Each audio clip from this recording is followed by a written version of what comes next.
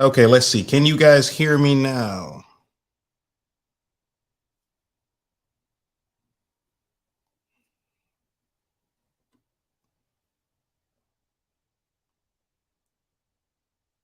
Struggle streaming already.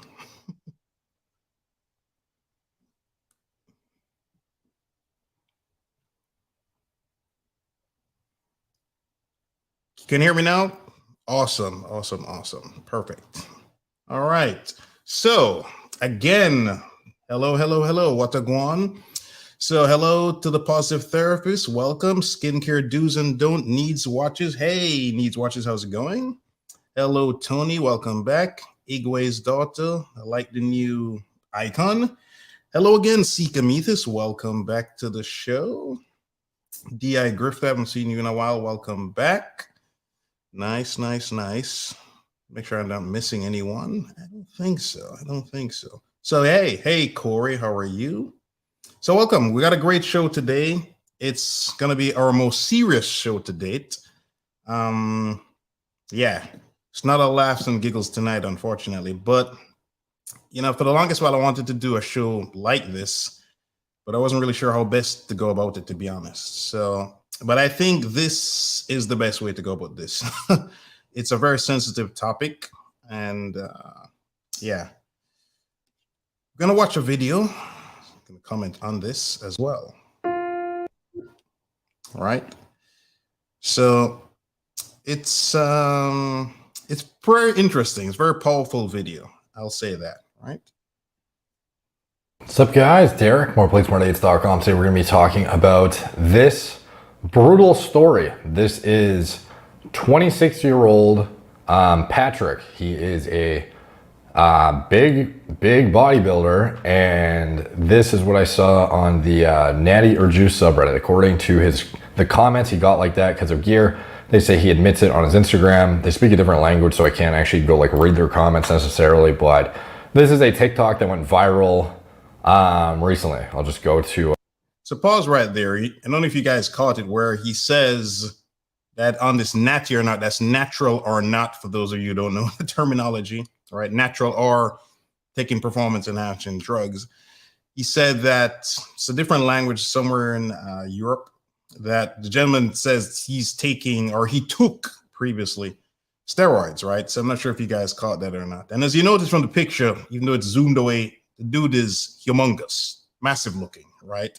It's not a little guy. As a matter of fact, he's huge, like huge. All right. I'll play it here first.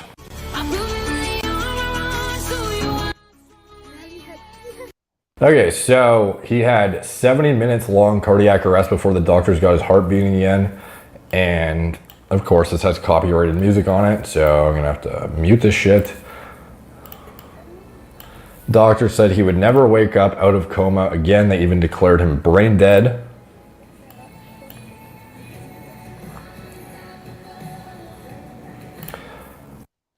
So as you can see, this guy went from looking like a Greek god Adonis looking dude, 26 years old, 26 years old. This is that age, not supposed to be having heart attacks, right? He goes from looking like this fantastic comic book looking character to, back to like Clark Kent in a sense, right? Which is obviously very unfortunate. Thankfully, he is alive. That's the good news, right? He didn't die.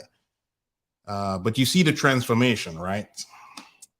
I'm just going to open it in here. So this is the actual original, 71.5 million views.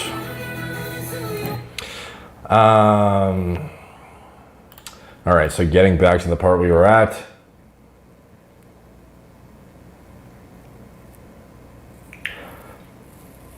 So he's not a quitter, and he proved them all wrong.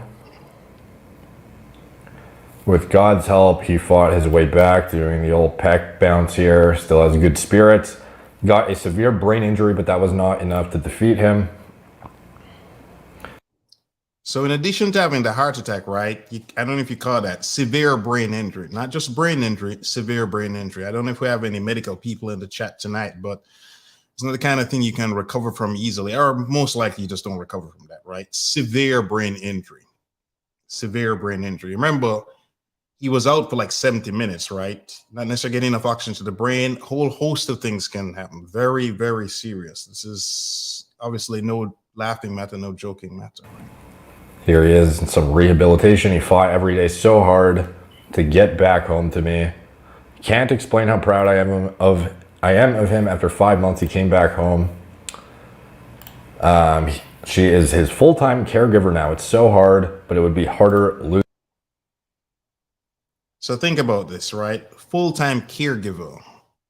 She's, I presume, living in her 20s as well. He's 26. So he needs a full-time caregiver at 26. That's pretty serious, right? Pretty serious. Losing him. And here he is, her fighter. And this is the before. 2 months before his cardiac arrest. So you see this guy is massive as fuck. And the shocking and terrifying thing about this is how he's, like, not only that this happened in general, but the fact that he is 26 years old. Like, if you go to her TikTok, this was the cake he made for his 26th birthday. I have surprised him only a month before his cardiac arrest. So he just turned 26, dude. 26. I'm so sorry to read this. I made him a cake a year or so ago, Rita. Yes, you did. The cake you made for his 26th birthday. I've surprised him with only a month before his cardiac arrest. Okay, it's just playing the thing. So, anyways, obviously a lot of the comments are a little bit, some insensitive ones. Lay off the roids. Please say he stopped the toxic to his body. Roids age him significantly. Sad man, stay away from any kind. And this, kids, is why you don't take roids. Wow, I'm 30 and he looks way older. Wait, he went into cardiac arrest at 27? Sadly, never too young for anything. I work in cardiology. How is he now? See her other videos. So anyways, he is, at home, obviously significantly downsized now and going through rehabilitation stuff. But this is a scenario that I can't say for certain could have otherwise been prevented through proactive measures, but you can't help but think being significantly oversized, having that much muscle in your frame that supports, like, has nutrient demands, like significantly exceeding that.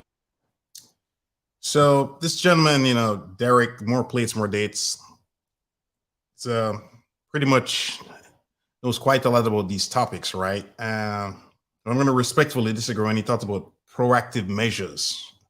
Sure, he's talking about labs, blood work, but you can't test for everything, right? You can have wonderful labs, but the studies show, you can have sudden cardiac arrest in young athletes with no history of any cardiac problems, just boom, just like that. This has happened before is what I'm trying to say, right?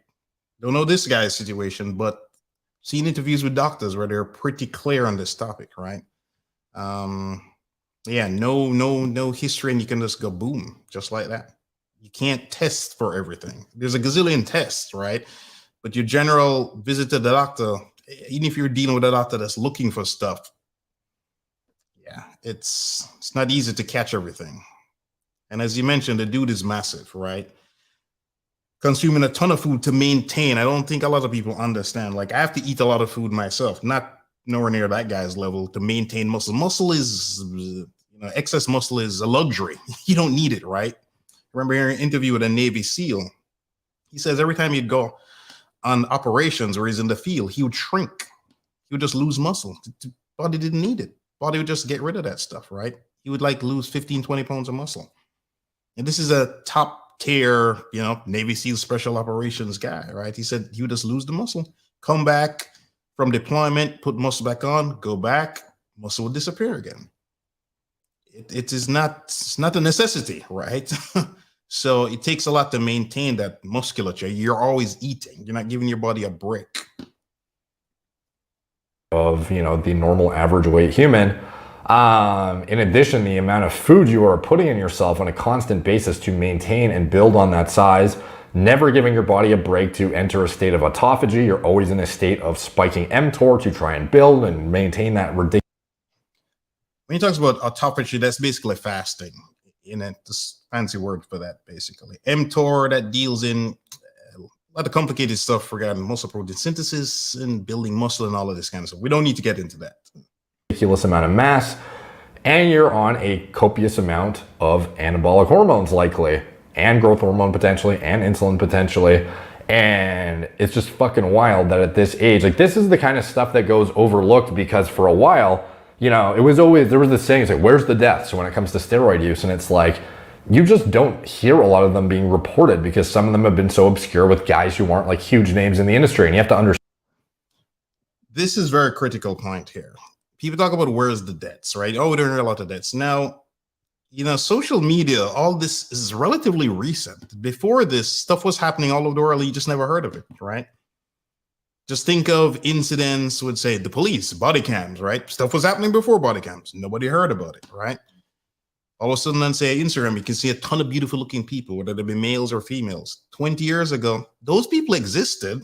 Probably not as many, but they existed. You just couldn't see them all the time. You couldn't see them everywhere, right? Similarly, these things were happening, and you got to think, you know, elite athletes are different than normal people. So what an elite athlete does, you and I cannot do. We don't have the genetics for this. This is factual and actual. Doesn't matter what you want to think. You can't step in the ring with Mike Tyson. He would destroy you. Have you ever seen these pros versus Joes? Like, you take some retired athlete that's over the hill, they still crush you. They're faster than you, stronger than you. They're just superior, physically superior in every way you can possibly conceive of. And for those of you who have actually watched pro athletes live, you know what I'm talking about. They do stuff that looks like special effects. I don't know how else to describe it.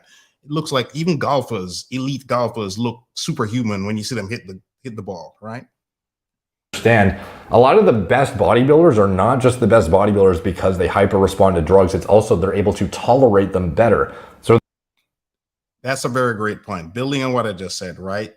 They can tolerate them better. It's not that the massive dude you see on a stage is taking more drugs than the big dude you see with muscles or the regular looking dude. It's just that that dude has better genetics.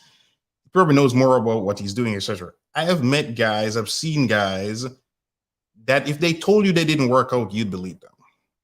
They're not fat, but if they told you they did not work out, you'd believe them. And they take stuff, right? Either they just have crappy genetics, their diet is poor, they don't know what the hell they do in the gym, whatever, right? Maybe they only took it for a little while, whatever. It's not that you just take this stuff and you just become looking like Thor, the Incredible Hulk or something, right? It doesn't work that way. I think as Barry Bonds famously said, steroids didn't let him hit a lot of baseballs, right? You still have to be talented, putting all the hours to hit the stupid ball, right?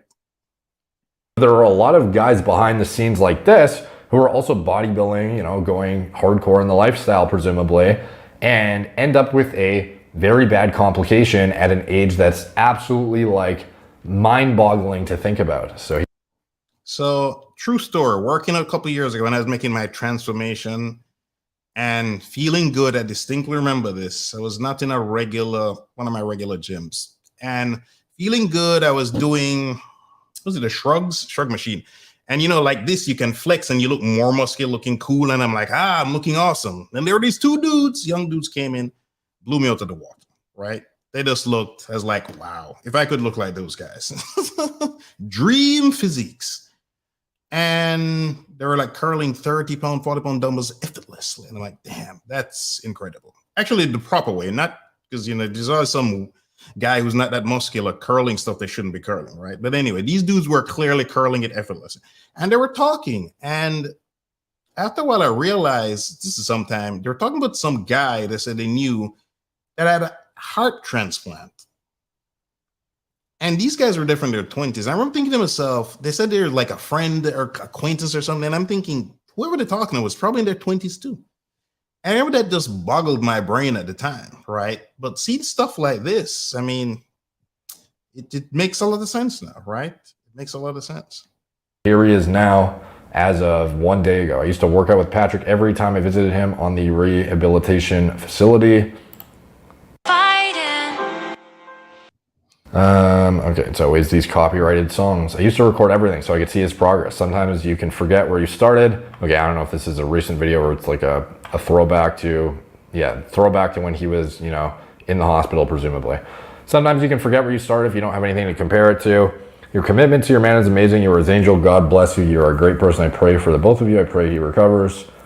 My husband got shot twice in the head and recovered. Me and you have been blessed as fighters. They are true miracles. These roids made his heart stop. And this is... Pause a second. Shout out to Igwe's daughter. Thank you for the super chat. I really appreciate all super chats. Let me bring that up. Thank you. Enough respect to Igwe's daughter.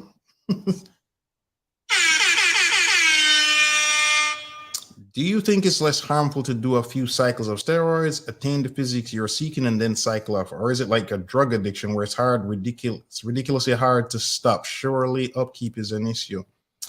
Yeah, it's a great question because there's a lot going on in there. All right. So, yes, it's a bit less harmful. That much I do know. Part of the problem with steroids is you can't keep all your gains. So when they cycle on and they go up, it's like a staggered step. They go up, down a little, up more, down a little, up more, and so on and so forth, right? And this stuff doesn't happen necessarily, well, actually, it can't happen overnight. I take that back. But if you just go on very briefly and jump off, you may just shrink back to, there's that.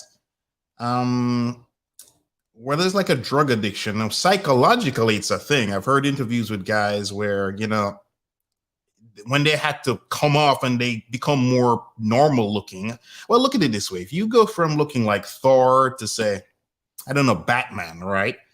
You still look fantastic. But if you had looked like Thor before Superman, you get the Batman, you may feel disappointed. I mean, most guys would love to look like Batman. But if you look like Superman, then you may not want to go down to Batman level, right? And then worse, if you go down another level, to Spider-Man level or Daredevil level, right? Again, most guys would love to look like Daredevil. But if you look like Superman, going down to Daredevil level, for hopefully you guys know what these comic book characters look like, you may be disappointed. And psychologically, it can be psychologically addictive, because you look fantastic. People compliment you all the time. You get stared at all the time. Probably the good analogy would be, imagine, at least for you ladies, imagine if you're hot and then you're not hot. You have great chests, great boobs, wonderful derriere, and you don't have that. Or imagine you never had that and then you get it. And then you lose it.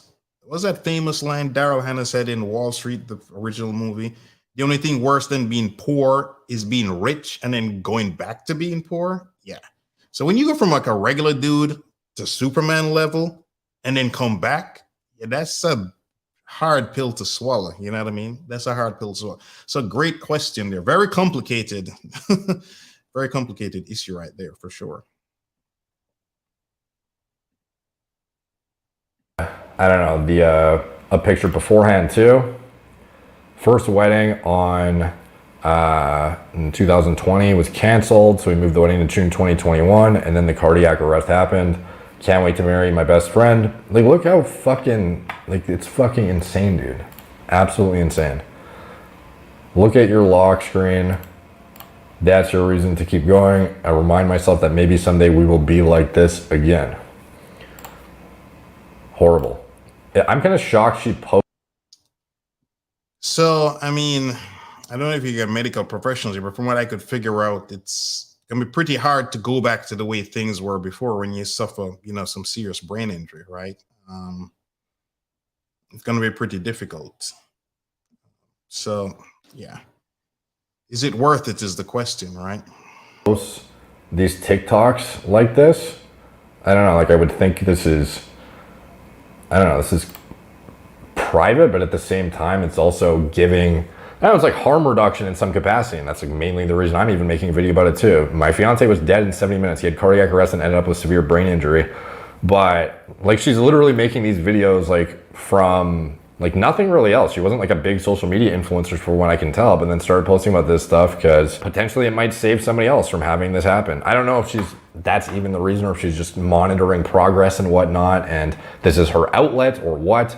But at the end of the day, this guy clearly, I would speculate, had some complications as a result of the bodybuilding lifestyle. And It's unfortunate that over the years, the kind of perception has been like this, where are the body's reference that, you know, you've heard time and time again. You know, you can't overdose on anabolic steroids. You can overdose on stimulants or Tylenol, and that's way more dangerous. And it's like, yeah, acutely, that kind of shit is more dangerous. But the insidious nature of anabolics is they will fuck up your heart, your kidneys, your liver, etc. long term. Now, again,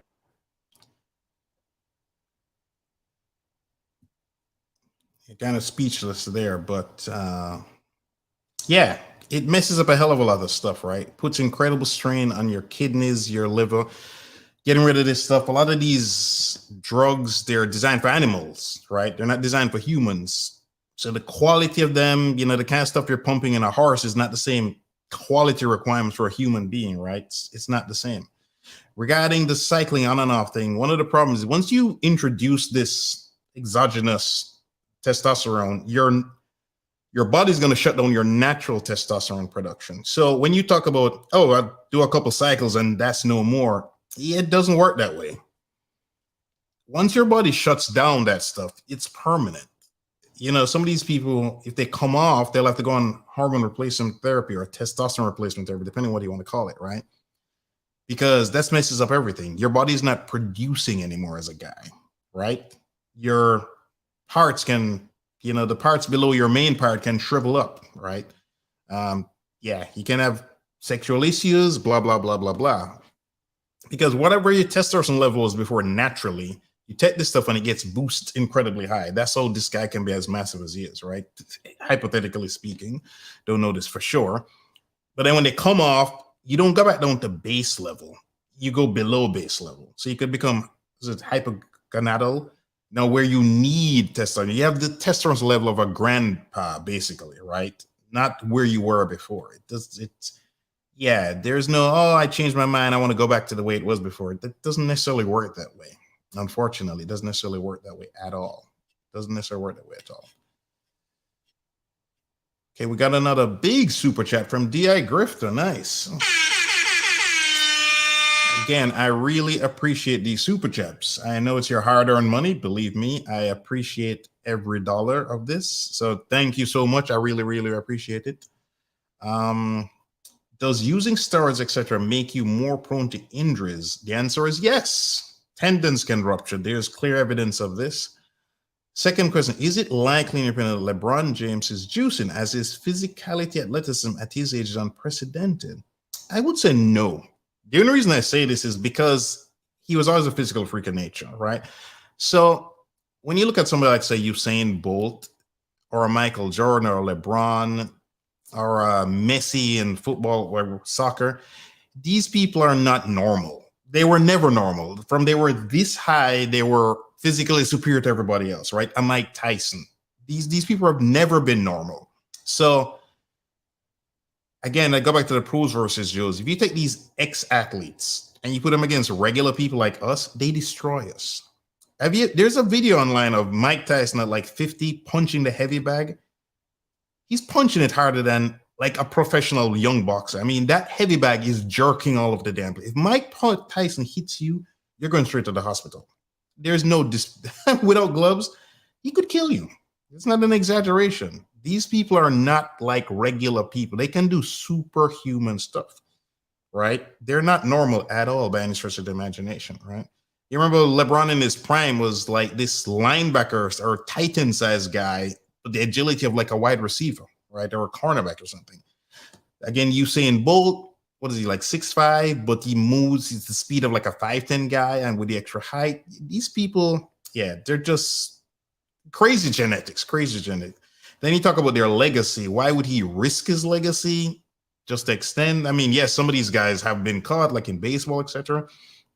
But I don't think he would risk it, his legacy. He's ridiculously wealthy. I don't think it'd be worth it. So I doubt he would do something like that. I really doubt that. I would be shocked. I really would be shocked if he did something like that, to be honest. I would be super shocked. Super duper shocked. Thanks again. Another super chat. Just showing some good love here from the Positive Therapist. And this is getting some big super chats today. Nice. That's pretty good. Yeah, no message there. So yeah, this stuff is pretty crazy, right? Is there a way to do them safely or a way to do them in a way that is attenuating the damage or minimizing the impact that they can have? Sure, there's a more, reasonable approach to them for sure. And okay, so I'm going to respectfully disagree again. Yes, you can do less, and less obviously is less dangerous, right? But the problem I have with some of these things, right, is this. Just because and this guy knows way more on this stuff than me, no doubt about this, right? Just because you read a book on airplanes doesn't make you a pilot. It does not make you a pilot, right? It does not make you a doctor. And even doctors who study this stuff, there are channels with these guys. There's a very popular one. They will tell you there's so much they don't know. It's not as if there are a ton of studies on this stuff, right? Because they're not legal to the studies on this stuff. There's lots of trial and error stuff. And it's just the human body is ridiculously complicated. Even with all the above board legal stuff, the human body is ridiculously complicated, right? And this stuff, there's just so much we don't know. There's just so much we don't know. So even though you can do lower stuff, the problem is, right, you can do labs and everything looks normal. It's not my opinion. This is the doctor's opinions from all the research I was doing, right? But you can still have sudden cardiac arrest, talked about earlier. You can have thicker blood, leading to blood clots. What else? The ruptured tendons. There's no blood test for, oh, your tendon's about to rupture. There's no blood test for that. There is none. Doesn't exist. Does not exist. Right?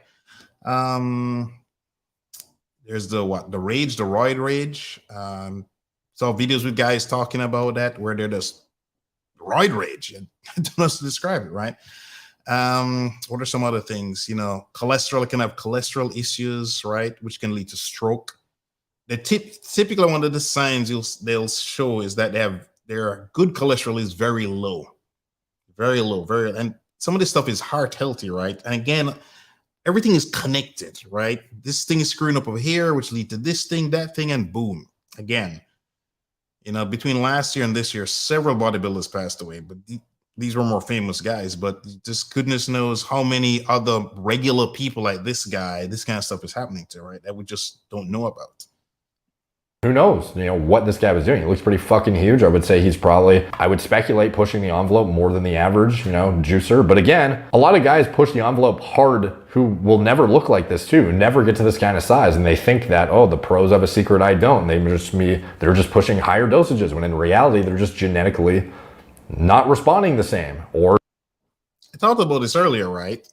It's not that these guys are doing more. This is a misconception, right? Seeing stuff where some of these guys talk about it, if they're telling the truth, they're using not super amounts of this stuff, for lack of a better word, right? But these people are genetically elite people, right? When you see these crazy things of like guys jumping out of a pool filled with water, you can't do that. I can't do that. It's just like superhuman stuff, right? So when some dude is, at this elite level, and they take this stuff, that's why they look the way they look. That's why they can perform the way they perform. Like Lance Armstrong, right? He's admitted to all his stuff. If you took what he's taking, you're not winning any damn Tour de France. You're not winning your local bicycle competition, right? Lance Armstrong is a genetically elite athlete. Is it right? All these people are genetically elite guys, right? It is what it is. You can't duplicate this kind of stuff, right? I got another super chat here. Thank you, Yaya Super. Nice. I really appreciate it. Welcome back to the show. Thought I heard you say on a show that you take testosterone. Isn't that a form of steroid use? Would you say it helped you build your body? No, I did not say that on a show that I took testosterone.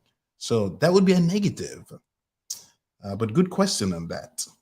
Testosterone does help build the body, which is why these guys take these things, because it definitely does help build the body, right? And when you're getting to the size that this guy is, you're talking basically excessive amounts, right? I saw a video where one guy talking about his testosterone levels like 3,000, and I guess the normal one is like 500-600 or something. So it's massively high, essentially, right? Massively high. Good question. Their diet's fucking shitty or whatever, and they're still exposing themselves to the drugs unnecessarily, potentially. So there was articles made about this. Life-changing. My fit and healthy fiance suffered a cardiac arrest for 70 minutes, left him brain dead. It's basically summarizing essentially what we just talked about, but it's a pretty terrifying thing. It gives a explanation of how to perform CPR. And at the end of the day, what is the takeaway from this? It is that you need to be aware of ancillaries, especially. I think a lot of people go into bodybuilding knowing about aromatase inhibitors, selective estrogen receptor modulators like Novodex, Clomid, etc., but they don't really know about things like angiotensin receptor blockers, things like beta blockers for, calming down the heart and getting somebody. So he's talking about taking like serious blood pressure medication, for example, beta blockers, right? So some of the side effects of these kinds of things are these guys can have crazy high blood pressure. So they're look wonderful, but so much pressure again on the heart, right? Again on the heart. If you look like that, but you have to take blood pressure medications because of the stuff you're taking, that's problematic.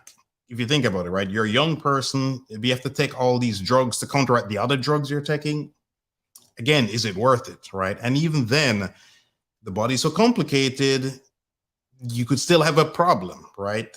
Again, between last year and this year, several bodybuilders unfortunately passed away, male and female, right? People at young ages in their 30s or 40s or whatever, right? Just poof. Some of them had retired. They're not competing anymore. They still went, unfortunately passed away, right?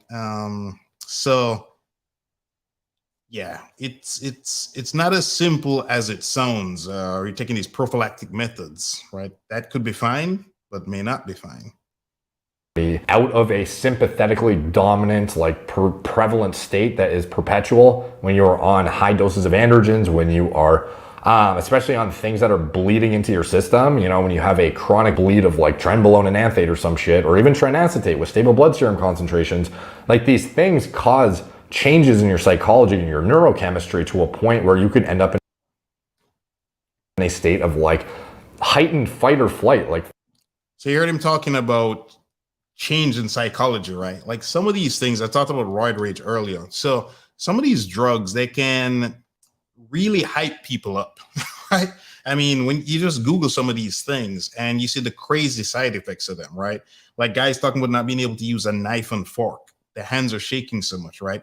Or being clearly, super heated up in bed where they're like sweating, tons of sweating in bed, right?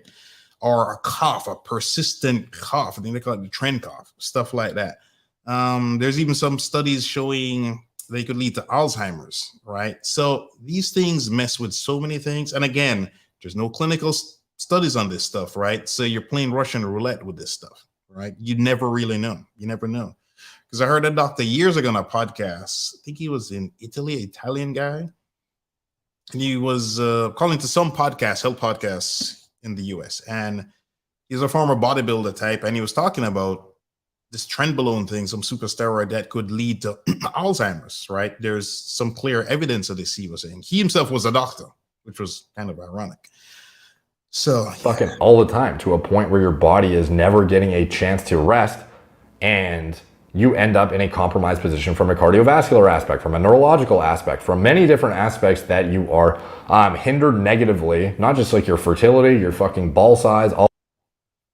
You guys caught that? Your fertility, your ball size. Yeah. If you haven't had kids and you want to have kids, going into stuff that may make that be very difficult, right? Make that be very difficult. Because again, it's shutting down your natural production, right? So yeah, if you're trying to make a woman pregnant, it could be problematic, right? Could be problematic. Or having your balls shrink, as you just heard him talk about that. All this stuff, gynecomastia, acne, you hear these side effects, but the insidious ones, blood pressure, chronic elevation of it, leading to kidney deterioration, leading to left ventricular hypertrophy, leading to actual cardiomegaly and dysfunction down the line, to a point where you just have a random episode of fucking cardiac arrest. Like, these are things that need to be thought of ahead of time. Just because you're 21 or 22 or whatever, and you can get away with the exposure right now and come out fairly unscathed, it doesn't mean there's not insidious damage going on. It doesn't mean there's not. So again, these guys that have been passing on in their 30s and 40s, it's not like they just started doing this stuff yesterday, right? So you may be doing that stuff back in the day and you pay a price 10, 20, 30 years later. or maybe you're already in your 30s or 40s and you want to try taking this stuff, you don't have the benefit of youth to, as he said, come through unscathed, right? You remember the sleep show we did, right? Dr. Huberman was pretty clear. When you're younger, just like when you're a teenager, you went out and partied, or you're in college, you partied, you bounce back. In your 30s, 40s, and 50s, you try that stuff now. Doesn't work quite the same way. When you sprain that ankle, you don't just bounce back like you did when you were a kid. You tweak something, right? No, your ass is older now, right? Your body, your kidneys, your liver, all that stuff is not fresh. It's not brand some miles on it, right? It's not quite as efficient or effective as it used to be. Plaque accumulating in your fucking arteries right now and calcification downstream to that. They're like, even Antoine Vine. Calcification of the arteries, right? That's no joke. Just think of piping like you have in your house, right? Or a hose. Think of a hose. Calcification is, let's just sludge in there. That's become solid, like cement hardening, right? That ain't going away. There's nothing that's going to make that go away currently, scientifically speaking. That stuff is permanent. It's stuck in there, right? So your flow of water, in this case, blood, now that's less, right? So you start building up all this junk, this gunk in there because of this stuff. I mean, everybody's got plaque buildup. We all have this as you get older, more and more. But this stuff puts more in there quicker, sooner, more of it, right? So again, that's pretty serious. Increased risk of stroke, heart attack, all sorts of bad things, right? All sorts of bad things. We got another super chat here from Skincare Do's and Don'ts. Let me bring this up. So I get an alert at the top, but I can't just bring it up from the top, unfortunately. Thank you so much. I appreciate this. Actually, I brought up the wrong super chat. My bad. I brought up Igwe's daughter. Oops. Struggle streaming again. Let's do this again. So, Skincare Do's and Don'ts says, if someone is not using PEDs to compete, why would they use them? Also, do you believe that the pressure of society and social media push people to use PEDs? The answer to the second question, I would say yes, because nowadays, especially, there's studies showing like kids, I forget it was like 12, 13 on Instagram, they're using this stuff to alter their pictures. You know, I'm in my 40s now, right? So when I was a kid, I didn't have these hang-ups, so to speak. But yeah, nowadays, there's a lot of pressure to look a certain way, and it's unrealistic. I'm going to do a show on that. Most of these people, again, you can't look like them. Either you don't have the genetics to look like them, you're not taking the special stuff they're taking, or they've done special surgeries, or they're photoshopping it. Long story short, you cannot look like these people. Or they're just genetically blessed, right? As I said, genetically blessed. They're just super beautiful, super handsome, whatever, right? Again, I touched on this earlier. 20 years ago, you would never see these people. There's no social media. But nowadays there is. So whether they are living in the corner of Alaska or in Puerto Rico, in Malaysia, in New York, social media makes them available to everybody, everywhere in the world, right? So there's increased pressure there. Now, why would they use them if they're not competing? So funnily enough, the typical person who's using this stuff is not some kind of athlete. They're not an athlete. It's actually just a regular person using them. Actually, I was surprised when I found that out. It's just a regular person. It's not somebody competing at all. It's just a regular person. That is pretty typical. Pretty typical. Man, a guy who otherwise like had no idea what was going on. He mentioned how he was in like the 99th percentile for plaque buildup, and he's in his like early to mid 30s right now for his age bracket. That was like. So he's talking about Antoine Valant. This is a pro bodybuilder. Did some score where he talks about he's in the 99th percentile for plaque buildup, which is pretty crazy and scary. Maybe we'll do a video on that guy. And he's still going to continue bodybuilding, which is, some people see as a very, very unwise decision. And hopefully he, takes a very careful, balanced approach. I don't see how he's going to be able to continue at a high level personally. I think he can maintain, like being in pro shows and like winning some shit. But I mean, like ultimately, if you're predisposed to this stuff, this is like, I don't think he can do it like safely at all. Like, to be honest. He's speaking the truth right there, right? He's saying, look, unless you're one of these genetic guys, that can your body just responds to this stuff and you don't have the side effects, the crazy side that we know of, right? That we know of. Yeah, I mean, once you start getting signs, right? Smoke, there's gonna be fire. It's just a matter of time, right? It's just a matter of time. So he's saying this gentleman who's massive, humongous, he's over 6 feet plus, off season's over 300 pounds, look like the Hulk, right? Ginormous, jacked, super jacked guy. He's saying he doesn't think this guy can do it safely. Safely. That's the key thing. Can you do this stuff safely? This is something that he's going to have to be constantly on top of. And ultimately, if you notice something like that may be your sign that you're the genetically predisposed one who, caught it in time. And he's an example, hopefully, of somebody who got ahead of it. He could have got ahead of it much earlier, though. And that's why it's not just about your blood tests, which again, most guys just aren't even getting blood work. It's about. You heard what he said, right? It's not doing about your blood test. Because like I said earlier, blood test doesn't show everything, right? You can't take a blood test for a ruptured tendon. It's not going to catch everything. Or the kind of, you'd have to do so many tests and know exactly what you're looking for. Will insurance cover that? Why? Why would it cover all of that? Exactly. And it's shocking. Like even guys who I've audited their stuff at the Olympia level, very infrequent blood tests sometimes. Like they often, For those of you guys who don't know, the Olympia level, that's the Mr. Olympia, Miss Olympia level he's referring to. That's the highest level of bodybuilding, right? The highest level. So this guy is saying he's seen their stuff they're taking. So again, he's pretty well versed. And even he's saying that, listen, yeah, it's some serious stuff. You preach this kind of stuff, but not everyone really is as dialed in as they would even hope, or they portray in videos and whatnot.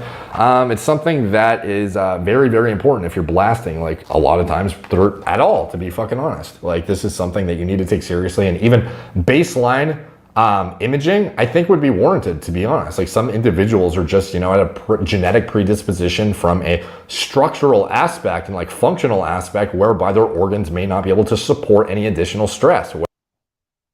Here you said it again, right? You may just be a regular person, and whatever comes when you were born, that's what you got to work with, right?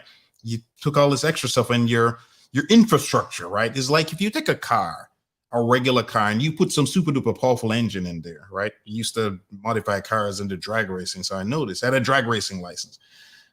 If the suspension can't handle that, you're going to break stuff. You'll break a gearbox. You'll damage the car. This infrastructure needs to be there. The foundation needs to be there to handle this extra power. That's what these steroids are: extra power, extra muscles. Your body have to be able to handle all that kind of stuff, right? Not just on the outside, your bones, your tendons, but also your internal organs. That's what he's talking about here, right? I'm going to drop the link for people who want to call into the show. It's there. Actually, I've been dropping it in from before this. So if you want to call in, you don't have to cam up, but obviously that would be optimal. Feel free to call in. You can join backstage, and when this is over, I'll bring you guys up, right? Whereby, your heart function, are you somebody who should be using anabolics if you have a baseline fucking arrhythmia, or you have this, or you have that? These are things that should be accounted for. It's not just your blood work. Does my RBC look in range? Does my liver enzymes look in range? These things do not account for structural abnormalities necessarily representing your blood work. So just because your biomarkers look good transiently when you come off for 4 weeks a year, this is not an excuse to just blast your fucking face off, because there are individuals that are ending up dead or severely impaired, and some with literal disabilities for lifelong, because think about that. Dead or severe physical disabilities, right? So again, you take this stuff, you look like some god or goddess. It's not limited to guys, right? Some ladies take this stuff as well. And I'm not talking just muscular ladies. I'm talking hot looking ladies, right? So yeah. Because of the lifestyle. And this is something that should be part of the lifestyle, is proactive stuff like this. You watch this video or this video, the most protective drugs that prevent bodybuilders from dying, talk about lipid management, modulation of blood pressure, direct inhibition of cardiac remodeling, practices you should avoid, Notice he's talking about taking drugs to counteract the other drugs, right? So this is not a case of you having a medical problem that you're taking drugs for. This is you taking drugs which require you to take other drugs. Not that you had a problem to take the first set of drugs, right? But what he's saying is that this is what you have to do, right? And this is what you should do if you do these things, right? You shouldn't just willy-nilly take these things. But again, you got to think and say to yourself, if I'm taking this thing, it's going to make me look fantastic, but I got to take this other stuff. Maybe it's like he's saying, you're just not genetically cut out for this stuff. Maybe you shouldn't take this stuff. It's like smoking, right? You don't smoke today and get lung cancer tomorrow. Could take a while, and if that unfortunately happens to you, you're going to regret it most likely, right? You're not going to go, oh, wow, everything is cool. It was cool back then when you were smoking, but I don't think you'll think it's cool if 10, 20 years from now you get lung cancer, right? It won't be cool. So this is some serious stuff. I know psychologically, they talk about, like, what's the reason somebody finds it difficult to work out or to eat right? Because it's hard to do that now, and you don't see the gains, the benefits until much further in the future, right? Much farther in the future. It's a similar, if you take steroids now, you get the gains sooner, and the potential bad effects you don't see till the future sometimes, right? So some unfortunate few come sooner rather than later. All right, somebody could start smoking and get cancer in a year, a couple of years or something. Another person could smoke for decades and be fine. You don't know. It's kind of like playing Russian roulette, right? Here's on a super chat from Igwe's daughter. Thank you so much. Steroids actually called angiogenesis, meaning steroids can help the body to actually create new blood vessels. So they literally alter their vascular network. Wow. That stuff changes you. Yeah, changes the vascularity. I mean, some of these guys are incredibly vascular, right? And again, it's the body adapting for all this extra blood that's being pumped, right? Yeah, the human body is incredible. You know, it's essentially adapting to a foreign substance if you think about it, right? So, yeah, that's crazy. That's pretty wild. That's pretty wild.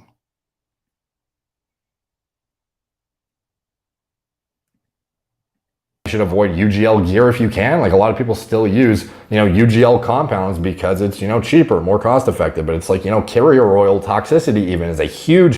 He's talking UGL. I assume that means underground labs, right? Because he's talking about the quality. Because again, some of the problem with this stuff is, right, you can't get this at the regular pharmacy. You can't buy it over the counter with a prescription, right? You don't know the quality of this stuff. I mean, for some of the ladies, it can be particularly dangerous regarding their voice, because some of these things, they can permanently change the lady's voice. So it sounds deeper than my voice, right? So imagine going from your normal feminine voice to sounding like a dude, basically. Cause of high C-reactive protein levels and inflammation in the body. This is something that I think Steve from Vigorous Steve YouTube channel has been one of the most, shed the most light on. Like, a lot of people don't realize like how toxic even the fucking thing your drug is in is for your body. So that's why, pharmaceutical grade is like, think about that. It's not only the drug, but it's the the delivery mechanism, let's say. So he's saying that's why you have pharmaceutical grade. Think about it, right? Again, remember, some of this stuff, again, is designed for animals like horses, right? Not humans. So the quality is different, like dog food. Dog food is not fit for human consumption. It's not like that, right? The dog, you just throw that stuff in the pan on the ground. If it drops on the ground, the dog still eats it. The dog is fine. If you do that stuff, you may get pretty sick. Ideal and shit like that. Like, there's a lot of stuff that goes overlooked, and it really needs to be taken seriously. And I think highlighting an obscure case, like, I guess the fact that TikTok exists and puts on people who have really small followings and just like blows up their stuff if it's viral content, I guess in some ways it's good because it provides harm reduction for stuff like this. Like, would this guy's story have even gotten out otherwise if this video didn't blow up? Like, no, it probably wouldn't, right? So again, how many other guys like this have been existing for years? It's like he said earlier in the show, like, where are all the bodies, right? People always talk about it. Taking Tylenol or Advil is more dangerous. Statistically, yes. In terms of the volume, there were more deaths from Tylenol overdoses or Advil overdoses or what have you, right? Or the common cold killing people, or the flu. But it's kind of misleading, right? Because you don't know what's happening with these people. It's not publicized. They're not tracking this. The guy had a heart attack. It's not like he goes in some database and they're tracking heart attacks per year due to performance enhancing drugs. They're not doing that. Maybe not even. Like, when I checked, there was 2 articles online, actually. When I double checked, I thought there was a bunch, but it turns out there's only 2. And that's after a fucking 71.5 million view video.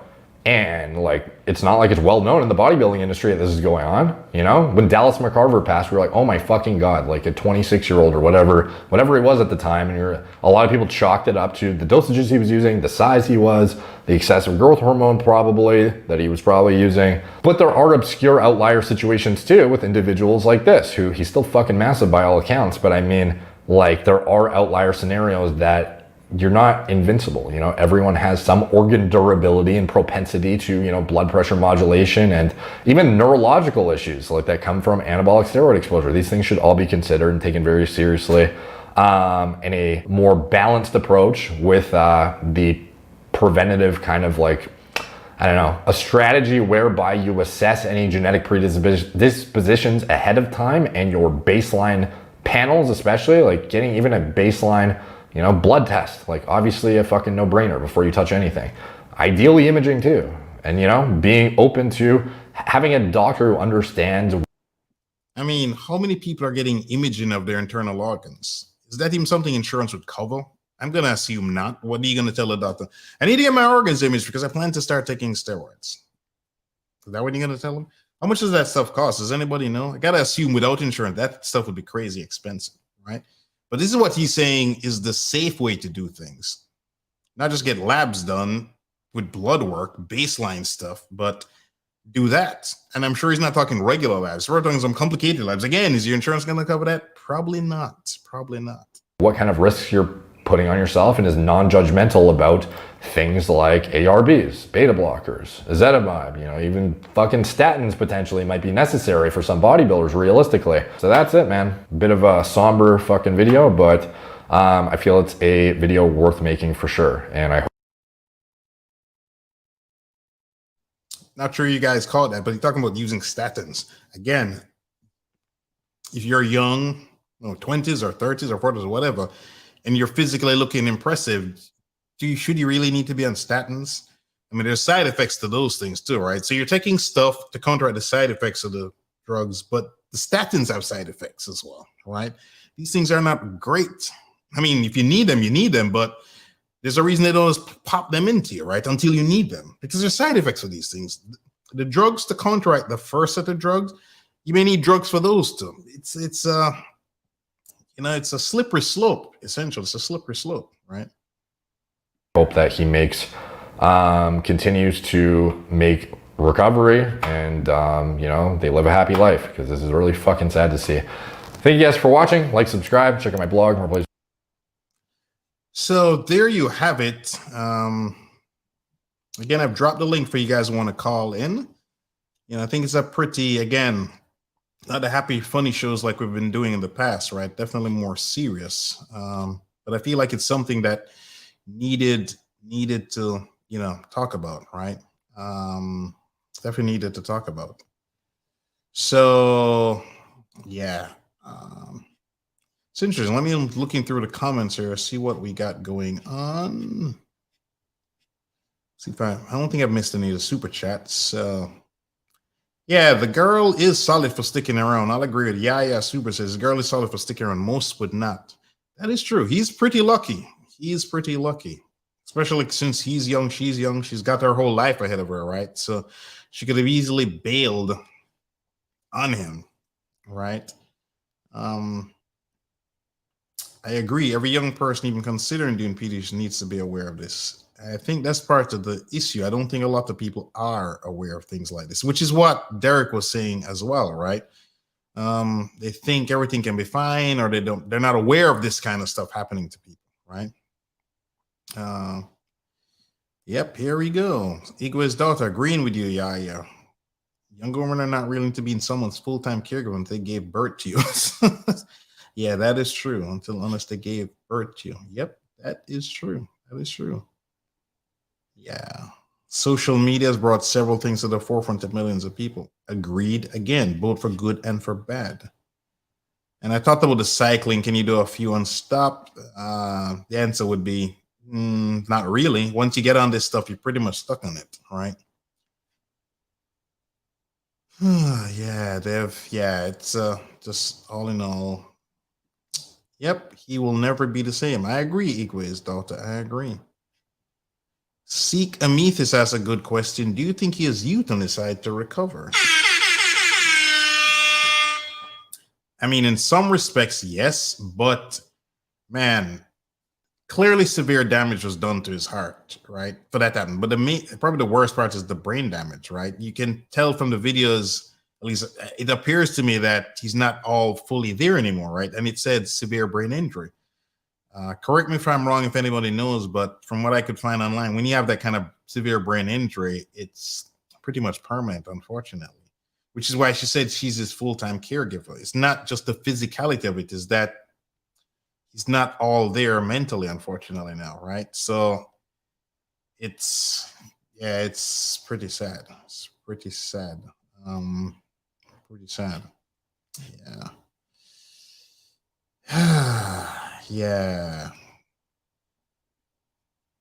Okay, here the positive therapist says there's neurological treatments for people who've had strokes, interactive metronome. It creates new neurological pathways.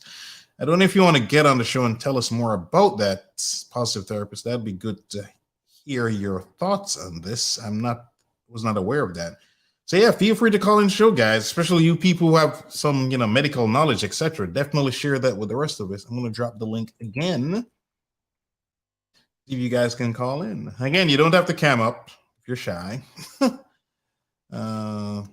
So yeah, the brain is even more complicated. That is true.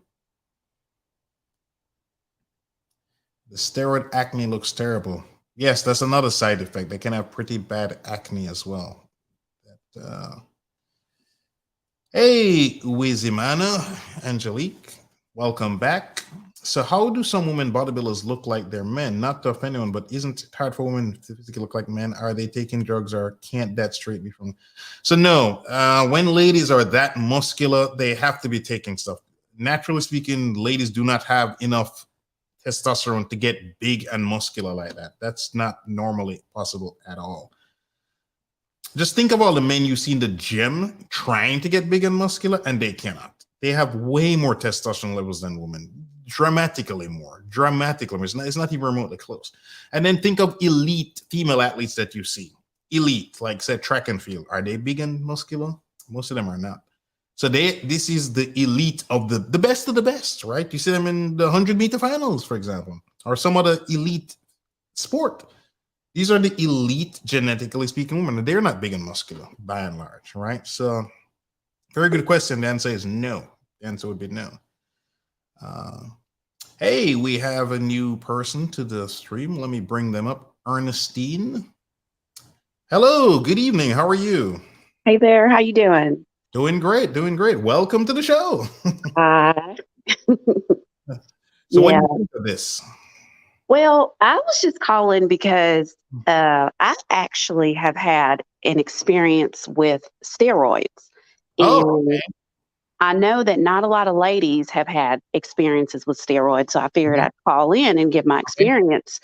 Yes. I will tell you that I started doing steroids because of a guy. Okay. My boyfriend was very much into training, he was a state champ wrestler. Okay. So there was a lot of pressure for me to look a certain way. So he was already on it, and I honestly could not keep up with him physically. Okay. We would work out together, and I just couldn't keep up. I mean, I'm a woman, and I'm not downplaying us ladies. Y'all don't get me, but I honestly just couldn't keep up. And he suggested it. He was like, well, there's stuff for ladies that are not going to make you look too tough. Because that's one thing I was worried about was, looking like China, the wrestler. I did not want to do that. So I started a cycle, and I'm going to tell y'all, it was awesome. Like, I looked so good. I could have been a fitness model. It was great. I was working out. I was able to keep up with him. I know somebody said something earlier about the blood vessels. Yes. I did notice that I had started getting more veins than I had. That's one thing that I did not like. I did not like that look. I don't like it typically on guys. My boyfriend at the time, he was lucky where he wasn't super, super veiny. Mm-hmm. but I don't know, maybe just the way I am and my genetics, that happened to me, and I didn't like Okay. it. Gotcha. But that's nothing. The worst part of it was the acne that got me. Okay. So I started developing acne on my back. I Mm-hmm. felt it when I was in the shower. And then I got out and I looked and I saw the beginnings of it. Okay. And that's what made me stop. Okay. That's what got me off. Wow. But I'm not going to sit here and pretend and say that if that hadn't happened, I don't think I would have gotten off until, God forbid, I don't want to, what happened to this young man. I don't want Right. that for me. But and I was younger than him actually when I was doing that. I was in my early 20s, like 21. Okay. So, yeah. It might have been a blessing in disguise then, basically, is what you're saying. It's funny. I think so. I think God just was like, you're not going to stop on your own. Yeah. So I'm going to do this to you so you can get off of it, because he already knows how vain I am. Yeah. So you start messing with my skin, it's over. Yeah. Gotcha. I mean, looking at your profile picture, you're obviously a very pretty woman. So I'm sure you're looking prettier in real life, right? So, Thank you. I mean, that just shows how psychologically powerful this stuff is, because you're a pretty woman, then you look hotter, and even then you're like, God damn, this is incredible. I look like, I don't know, Wonder Woman. It's a Black Wonder Woman, right? I'm telling you, it's addictive. I would love to sit up here and say, oh no, I had a bad experience, and I did technically, but like the skin thing was it. But I'm telling you, like I had energy. I was able to keep up with him. It's funny, we would like be in the gym together and I would be like almost doing what he was doing. And Oh, wow. I mean, it made our relationship better. Like I sound like I'm advertising for it, and I promise you I'm not. Yeah. But it was like, it made things better. I hate to say that. We could relate. He changed my diet. We were eating the same thing. And, it was like we were like really in sync. When he was doing it by himself, though, it was like I didn't understand. I didn't get it. And I was like, the injections and stuff, because I'm scared of needles, but I got over that really fast. Okay.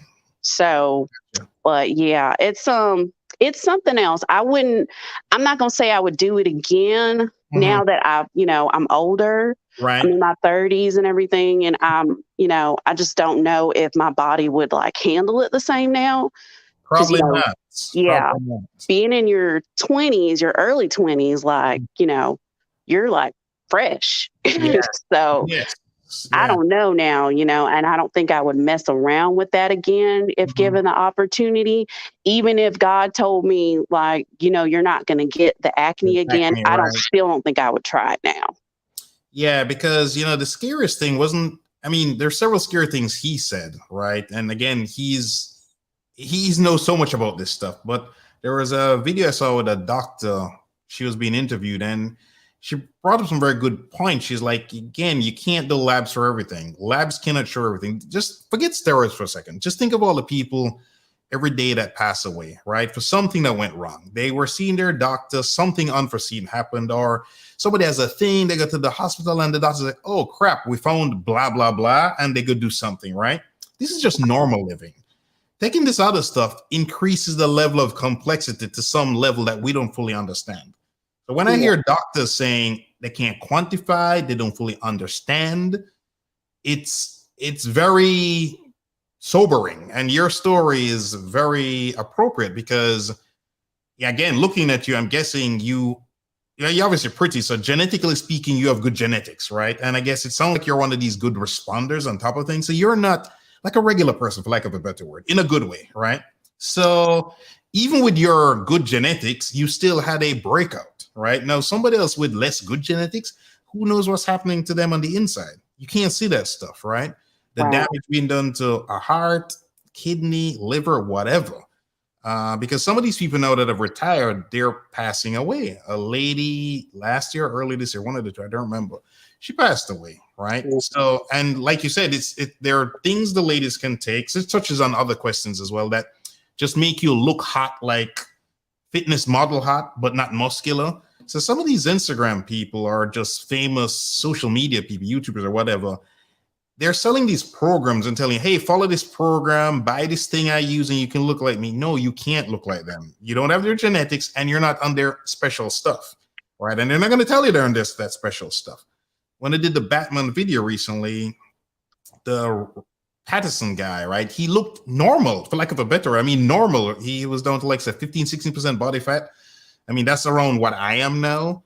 The lowest I ever got was like 10, right? So it's hard to do that stuff naturally, which is why he looked the way he looked, doing it naturally compared to some other Hollywood person that is jacked out of their mind, right? And ridiculous. That's so true. Cartoon looking, comic book looking figure, right? That either they have great genetics, which is not impossible, and or they're taking stuff, right? And some of them have admitted to things, right? So it is what it is. But I mean, thank you so much for coming on and sharing this, because it's one thing to talk about the theory of things. Granted, this video was pretty powerful, but hearing a live person say this, it's very eye-opening. Hopefully the ladies, I mean, are taking this in, and the guys for that matter. So yeah, you know, you're so welcome. It's just, you know, at this point in time, whenever I think about steroids, I think about a big buff guy, you know, doing it. Even this young man on this video, you look at him, I mean, he's like crazy massive. And I'm not going to lie, you know, I'm not trying to be racist or nothing, but I also think of like white guys, like big white guys. So, you know, I'm a Black woman and I do real estate. I sell real estate out here in Mobile. And it's very competitive out here. Like, you got to be just real cute and everything, you know. My avatar is my my thing. So yes, if y'all looking for houses in Mobile, hit me up. But anyway, it's real hard competing, and you know, being women anyway, we are based on, I'm not trying to do Kevin Samuels up here, but I'm just saying, you know, we're based on our looks. So it had to do with my career, you know, me, you know, the way I look. People look at me. Do they want to like buy a house from me? Do they want me to sell their house? And then I have a boyfriend who also is into it. You know, it's just a lot of pressure. And so there's another face to this stuff. And like I said, I'm not going to get up here and lie and say that I wouldn't do it. You know, I didn't do it. I did do it. I just wouldn't do it again based on like what happened to me and my age. But I can't really blame another young Black girl who's feeling the pressure for trying it. I can't. Yeah, I mean, it's pretty powerful, man. You know, you see these guys, like, you know, one of the best things was my second coach, he told me, is like, Kirk, if you keep comparing yourself to bodybuilders, you'll be unhappy. Because I'm like, I want to look like this guy. I want to look like that guy. And he's like, listen, these guys, they have elite level genetics and they're taking every substance known to man. They don't miss cardio days, because at the time he had me on a program where I would do like fasted cardio in the morning or sometimes evening, and he had something like, you know, I miss cardio in the morning. He's like, look, man, these guys don't miss cardio. They don't miss cardio day. They don't miss meals. He told me once, you know, if you miss a meal, set your alarm and wake up in the middle of the night, like 2, 3 or whatever, to eat the meal. These guys are hardcore. So when they look like this, they're making sacrifices to look like this, whether it's their diet, taking some of this stuff, or living a certain lifestyle, or, you know, they may take all their pictures. I remember my first coach, a bikini model, IFBB Pro, she said on the show, you know, well, not the live stream, but I interviewed her. She said, look, some of these people, they take pictures at one time of the year. Like, say summer, say the person peaks, they look as fantastic as possible. They take hundreds of pictures and they release them throughout the year. So when you're seeing a picture of this super hot lady or super handsome dude in December in their Christmas outfit, they took that picture in June, right? They don't look like that now. It's all an illusion. Let me let you in on something. My avatar picture is 2 years old. Okay. I'm heavier than that picture now. I'm just going to be real with you. So I know what it is. You know, you take the pictures when you look good, your hair's done, your twist out is popping. You take those pictures and that's going to be you for the rest of the year. I do that. So I understand for sure. I hear you. Yeah, but the acne thing is real, you know. I mean, because your hormones are all messed up, right? It's kind of like putting you back to your teenage years in a sense, when you're breaking out and all of this kind of stuff. You know, there is a debate to do in a video, another one, where there's a guy and he's very transparent and his acne is like something out of a horror film. I'm not exaggerating, but I thought that may be a bit too much. I mean, just imagine like horror film stuff. I don't know how else to describe it. Like if you look at the pictures, if I just showed somebody randomly, they would think it's fake. And the guy was like 16 or 18 or something. But he transformed, and I swear he looked from this regular slim dude, I don't know, 15, 16, to this perfect physique, like comic book looking guy. He just looks beautiful, right? And I'm saying this in a non-gay way. He just looks flawless. And then like a month later, he had it on his back, his chest was all jacked up. And I remember thinking, man, you go from a regular looking dude, he was slim, seemed relatively attractive guy, to this ridiculously attractive guy. And then you have this thing is jacked up, and you're reading some of the messages saying like he's working out and he can feel and talking about bleeding. And I'm like, damn, it's like, it's not, I've only once seen that kind of stuff once live, and it was with a lady. Again, it was a pretty woman, right? And she said like a ton of back acne. And I remember thinking that was me because, you know, when I was that fit, I was wearing all the little stuff, you know, that I usually wasn't wearing. I was like, I worked for that body, so you're going to see it. So I had all that stuff on, but then I had this ugly stuff on my back, you know. So, and I see someone in your chat was asking, did it go away? Yes, it did when I got off. Okay. That's good. So, yeah. And I have minimal scarring, thank God, but yeah. Okay, so it even then leaves some scarring. Okay. Gotcha. It was bad. It was real bad. I'm going to tell you, if it was just like light, I probably would have just looked over it. I look so good. Yeah. I would have just been like, well, I'm just going to put some Accutane or whatever. But it was like real bad. And it started to scare me, and it hurt. Like you touched me and it hurt. I was like, okay, this is not normal. So I went to my dermatologist, and then that's another thing. You can't like, I was ashamed too, because I didn't want to tell my doctor like what I was doing. And he was like, are you taking anything? And I'm like, no, but I know I am. It's just like, it's just bad business, because it's like all around, you just got to lie to people because you know what you're doing, but you don't want to stop and you don't want to be judged. It's just, it's crazy. Yeah. Because it's one of the things the guy talks about consistently is you can't do this stuff in a vacuum, right? It's like I say, just because you read a book on being read a book on airplanes doesn't make you a pilot, right? So you need to be pretty knowledgeable, or better yet, be under the supervision of a doctor if you're doing this kind of stuff, right? Because of exactly what you just described. You know, you're playing scientist in a sense, right? But you don't have a PhD in this stuff, right? And even if you did have a PhD in this stuff, it's pretty clear that this stuff is not fully figured out, because they don't have clinical studies on this stuff, because it's not legal, right? That's true. My doctor was my boyfriend, because he was the one that got me started, and he was the one that was like, oh, well, we're going to do this and we're going to cycle down this. He didn't know what he was doing, but he introduced me to it, you know, so I trusted him, you know? Yeah. Bro science is what it's called. Yeah. That's good. That's good. That's good one. And now through the internet, it's even more prevalent, unfortunately, right? And you know, it's very easy, because I remember, this has nothing to do with steroids, but I remember meeting a lady, and she was doing something crazy. Like she was eating like 800 calories or something, and she said her trainer had her on that. And I remember telling her, this makes no sense. And this is years ago. But she said, I remember this, because she said, but he looks like he knows what he's doing. And she showed me a picture, and I was like, this dude looked like flawless. This black guy, he looked incredible. So I said to her, just because he looks like this doesn't mean he knows what he's doing. He probably plays organized football when he was younger, sport, blah, blah, blah. So he looks fantastic. Fast forward weeks later, because I told her, the scale will stop going down and it will start going up. And she, out of the blue, she texts me, oh my God, the scale is up 2 pounds. Then he was like, oh my God, it's gone up another 2 pounds. I told her. And she's like, but he looks so good. I'm like, yeah, but it doesn't mean shit.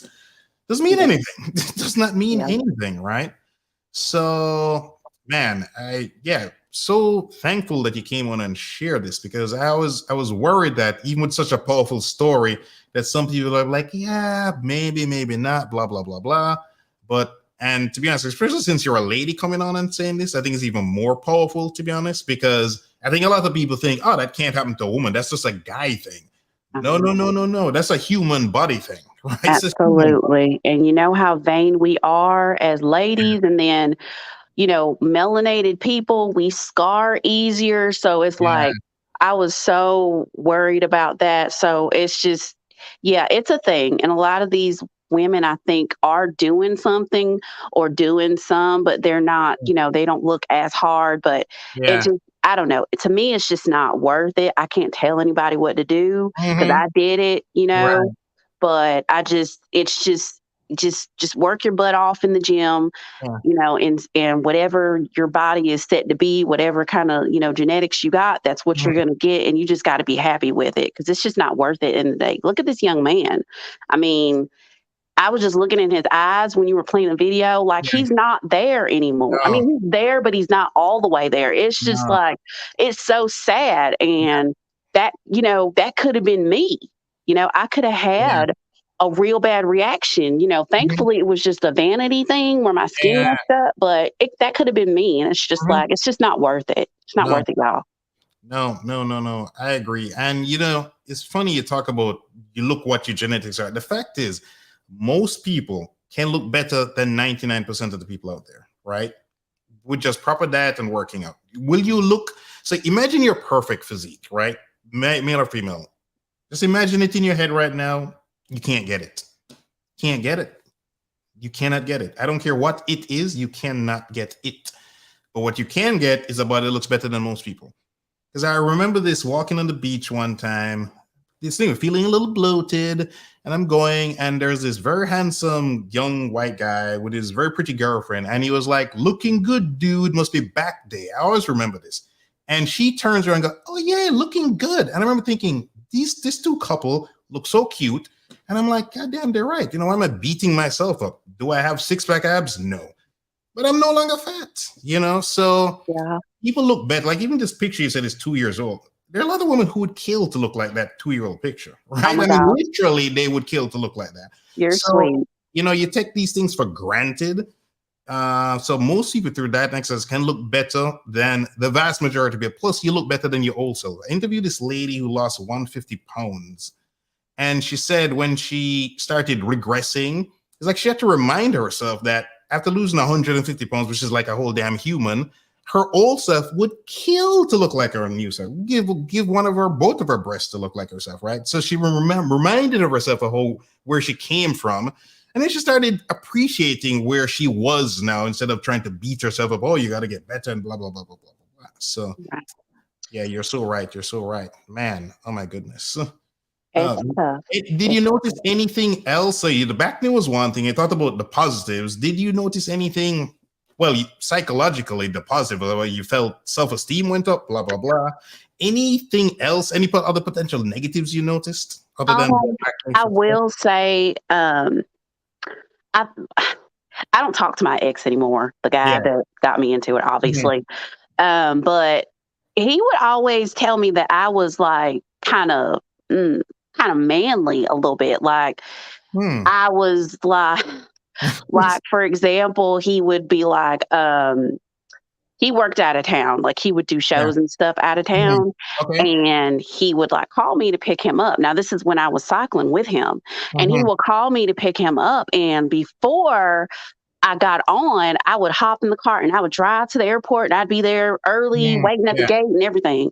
Mhm. When I was on it, I was like, dude, you could just like take a taxi. Why do I need to come get you? And I feel like that's a dude response. And Yeah. he said that to me. He was like, you changed. And I'm like, what? How do you mean? He's like, I don't know, Yeah. you're kind of guyish now. You know what I mean? And Okay. That's interesting. I Wow. was like, and I'm very girly. So Yeah. when he said that, I was like, I almost wanted to fight him. But honestly, Yeah. that might even be part of the problem that I wanted to fight him, that he was telling me I was manly. But Mhm. yeah, I could say that probably. And I mean, I didn't think so, but he noticed it. And I think he may have been correct. Um, I'm not gonna say I was short tempered because Mhm. I'm not typically. I have to Right. work with a lot of people because of my job and everything. Mhm. But um maybe I was a little bit less patient with Okay. people. If you're talking about the downsides, and yeah, Mhm. maybe my attitude kind of changed a little bit. I Okay. wasn't as patient and I was just like not ready to deal with BS. Mhm. Gotcha. So Yeah, that actually makes sense because when you hear about this stuff about the roid rage thing, I remember meeting a lady who told me, that her ex had that kind of problem. Like he was normal before steroids, and then that was the thing. And I've heard from guys talking about, some of these things can affect, that's made them hyper aggressive, basically. So if your testosterone levels go quite high, when you were doing this stuff as a lady, then I could see it making you more aggressive, right? And the fact that he noticed it, it's probably a thing, right? Because somebody that close to you saying, hey, you've changed, and they can put 2 and 2 together, it probably did impact things, right? To make you more assertive, more, like you said, like a dude. I was probably, but you know what? He was not caring when we would like go out and I had a little dress on, and I'm sure he did every not. man in that place was staring at me. Yes. I wasn't manly then, so I really just ignored that when he would tell me that. I'm like, whatever. I got you. So the positive therapy says steroids cause you to become very irritable and anxious. Okay, so apparently there's something there. Yeah. Okay. Another thing I was worried about was that it was going to mess with my cycle, which it did not. So I was still regular. So that's good. That's good. Yeah, it can definitely mess with men's fertility for sure, because again, it shuts down your natural production. So that can mess you up, because from what I understand, once you go on that stuff, you can't, because somebody, at least 2 of you asked a question about cycle on and off. Yeah, but from what I understand, once you start down that path, you're permanently on that path. So it can potentially negatively impact your ability to have children. I'm sure you can still do, I'm sure there's things people can do or whatever, but my gosh, I just read a comment in your chat. She's I can't say your name, ma'am, I'm so sorry, but she asked, did I find shopping annoying? Funny thing, I have always loved shopping, and I did notice, like, I would drag him with me. I started like online shopping and just buying stuff, and I was like telling myself, well, I'm a size 4 now, I got biceps, triceps, hamstrings, and all that, it's gonna fit. I don't need to go to the store anymore. But I really think it was like I just didn't want to shop anymore. I didn't want to do stuff like that I used to love to do. It was like, again, like my logic was like, I'm hot, so it doesn't matter. Right. Whatever, I'll put it on and it'll fit and it'll look good. But I think honestly, now that I reflect on it, that my patience probably for like going rack through rack and trying, I just didn't have time for that. I didn't want to do it. Like a guy. Okay. Now that I'm reflecting, I haven't talked about this honestly with anybody in a long time. So talking about it is like jogging memories. And now that I'm talking it out, I'm sure he's not listening, but he probably was right. I was manly. I was. No, that reminds me of the first time I was still living in Jamaica. A friend of mine, she's helping me go shopping to buy a pair of jeans for my then girlfriend, right? And we got to this first store. This is the first time I'm ever going shopping for a girl's friend to come along to make sure I don't mess things up. And we see this jeans, and I'm like, that looks great. She's like, yeah, it looks good, but let's check more things. Hours later, we come back to the same goddamn first store, bought the same damn jeans. And I was like, this is ridiculous. I was like, this is ridiculous. If I was just doing my guy stuff, I would have bought the damn jeans and be done. That would have probably got on my damn nerves too, because I'd have been like, I'm hot. It's gonna fit. Let's go. Let's just get them and leave. So I think so. But now you can't even take me to the mall. Like my boyfriend now was like, I'll see you in 3 hours, because he knows I'm gonna be gone. I'm gonna be gone. He knows. I hear you. Yeah. So it sounds like from what you're saying that, man, it really kind of tweaked with your personality type, it sounds like, because you sound this bubbly, girly, like in your own words, girly type, but it's like you looked even more girly and hotter, but became less girly in other ways, is what it sounds like you're saying. I did. And I'm an AKA skinny. So that definitely was a thing. And, I definitely think now, like I said, I reflect back on it. It did do something to me, but again, I would never want to tell him that, because that was a point of contention when we broke up. I was like, you got me on steroids, and he was like, what? So it's the same when your acne cleared up. Did you say you became back to your old girly self? Would you say? I mean, I think so, but I will tell you the thing that I did not like, and I think I saw earlier, somebody was asking, can you do like a couple of cycles and get off, which is what I did. I noticed my musculature was not as nice. I didn't have as much energy. Now, I don't know if that was psychological, where I was like, I knew I wasn't on the stuff anymore. Mhm. And I was like, oh, I don't have that push. I can't do Mm, these last couple sets. I don't yeah. know. Mhm. It could be, but I did not feel like as energized as I was, where I was able to blow through my workout and Yeah. do my cardio and all that stuff. I Mhm. just didn't have it in me. And then I started seeing changes in my body. I mean, I had a six pack and Oh, it wow. went to 4 to 2 to just a flat tummy. Okay. So, and I'm thankful for the flat tummy, but it was Yeah. nice to see the musculature. Yeah. That's Yeah. beautiful. So, but yeah, that I definitely, my musculature went down.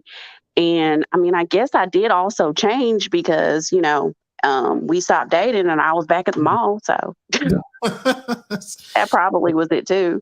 Right, right. So yeah, that was the thing, because a couple of people asked various versions of these questions, like, can you just do a couple cycles, get the benefits? It almost reminds me of it's a cool sculpting, or the Wegovy drug I did a show, and can you just do something to kickstart things?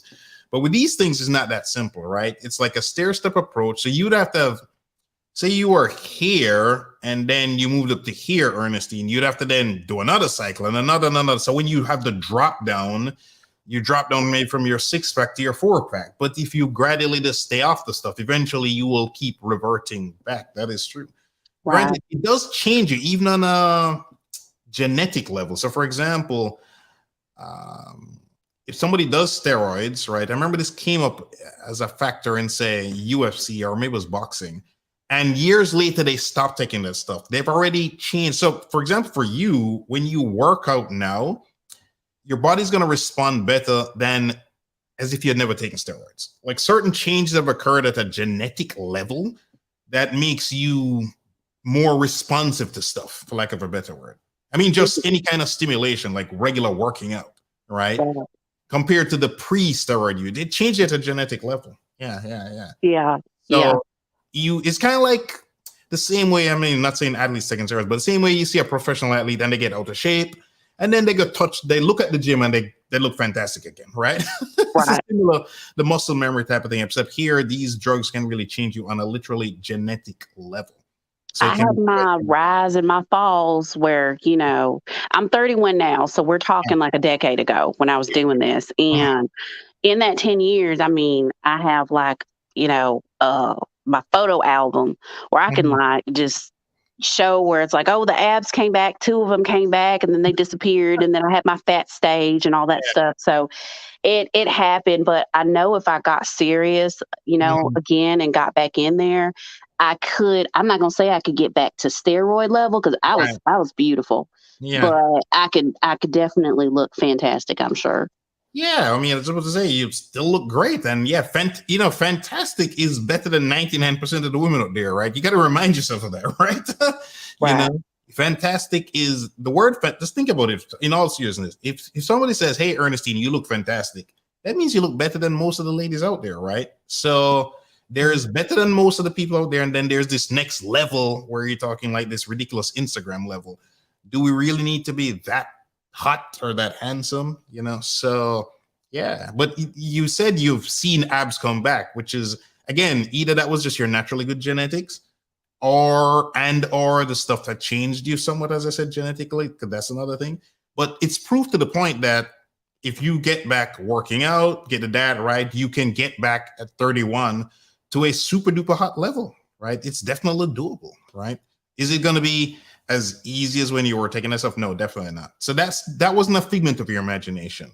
These things, they help with recovery as well, and stamina and all these kinds of things. So like I said, I'm not sure when you got on the show, but I was talking about Barry Bonds, and he said a steroid never helped him hit the ball. This is true. But what the steroids does is help with the recovery, right? It can help with tremendously with the recovery. So in baseball, for example, it's much more prevalent with the pitchers than the guys who are hitting the baseball. Why? Because pitchers, they're not very muscular. They're regular looking guys most of the time, right? But it helps them with the recovery.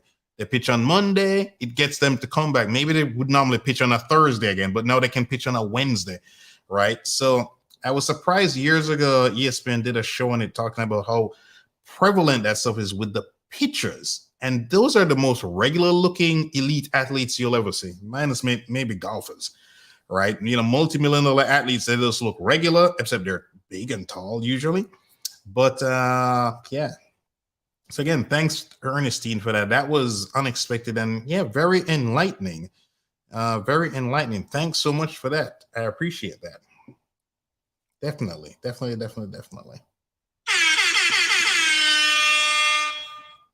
So let's see. Not sure if anybody else wants to call in. Let me drop the link again, just in case. Oh, Ernestine said her phone died. No problem. You can definitely come back in anytime. Let's see, the positive therapist. Let me bring her up. Hello, good evening. How are you? Good evening. I'm good. How are you? Pretty good. So, what do you think of the show? Oh, great show. Love it. Okay. I Okay, especially love hearing the last guest, her perspective. Yeah. It's good to get the perspective of a woman, since most people don't, they assume that women aren't doing steroids. Yes, this is true. Especially since most are not trying to get big and muscular. They just want to look hot, like, Instagram hot, which is very doable. Like I said, some of the Instagram ladies, you think, I'll buy their special tee or their waist trainer or their whatever, and I'll look like them. No, you will not look like them. Right, it's a lie. You will not look like them. Plus, they're got probably pretty good genetics, like say Ernestine. Obviously, she obviously has good genetics because just like the guy said, right? A lot of people take this stuff, they don't respond the same way. And I'm very serious when I said I've met guys who, if you saw them on the street and they told you they don't go to the gym, you'd believe them. But these guys were taking stuff. They just didn't respond that well to them. It is what it is. It's not some magic pill that you take and you just poof, you look like Captain America, or you look like, Aquaman, Jason Momoa. Is that his name? I was getting his name. Momoa or something like that. You don't just look like these people because you start taking steroids, right? These people have elite genetics. They're very handsome or very pretty, etc., etc., etc. So what do you think psychologically? What do you think about this kind of stuff as a therapist? Well, it definitely changes your brain chemistry, which is why her boyfriend said that he felt like she was being masculine. Okay. Because it causes you to become more irritable and anxious. So if you were someone who already suffered from anxiety, all it's going to do is heighten that. So anything is going to annoy you. Aha. Okay. Because you have to keep in mind that it's a drug. So it's altering the chemistry in your body. Okay. And you can still become addicted to it. Most people think that because it's steroids, quote unquote, that you aren't going to become addicted to it. But it's a drug, so you can. Okay. There are even treatment facilities for people who are addicted to steroids. Oh, wow. I never heard of that before. Wow. So it's like drug rehab, but for steroids. Yes. Wow. I did not. Wow. Yeah. That almost, yeah, I know sometimes when people for regular drugs, let's call it regular, sounds kind of strange, but where they go to rehab. So these people are obviously have a kind of addictive personality to some extent, right? Which is why they're in a drug rehab program. But one of the things they like to do is get them to do exercises, right? Because that's good for a variety of reasons, physically, mentally, etc.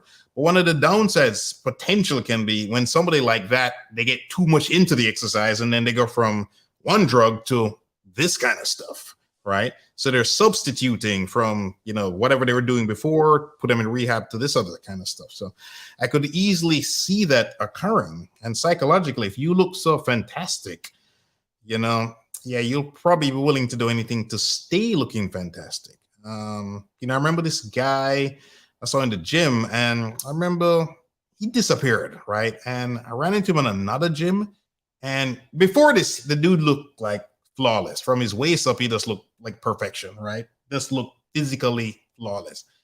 And then I saw him, and he looked better than me still, right? But he didn't look like that super duper flawless, and he would not make eye contact. And I've never seen him again. I don't know what happened to him, to be honest. But I heard an interview with a guy who used to look incredible, and he said when he had problems with, I don't know if it was kidney or liver or something. Yeah, kidney, because he had to shrink his protein intake so drastically. He lost a lot of size. And he switched gyms. He started going to a gym that was like 20, 30 miles away because he said he's just too embarrassed to go back to that gym. He used to look that good, be that guy everybody looks up to compliment, ask questions, and he said he couldn't handle that. So yeah, mentally it can definitely be a thing, But so for these steroid rehab programs, like what are they doing in there exactly? Do you know anything about it? The details by any chance or not? I don't know the details specifically for the steroid treatment.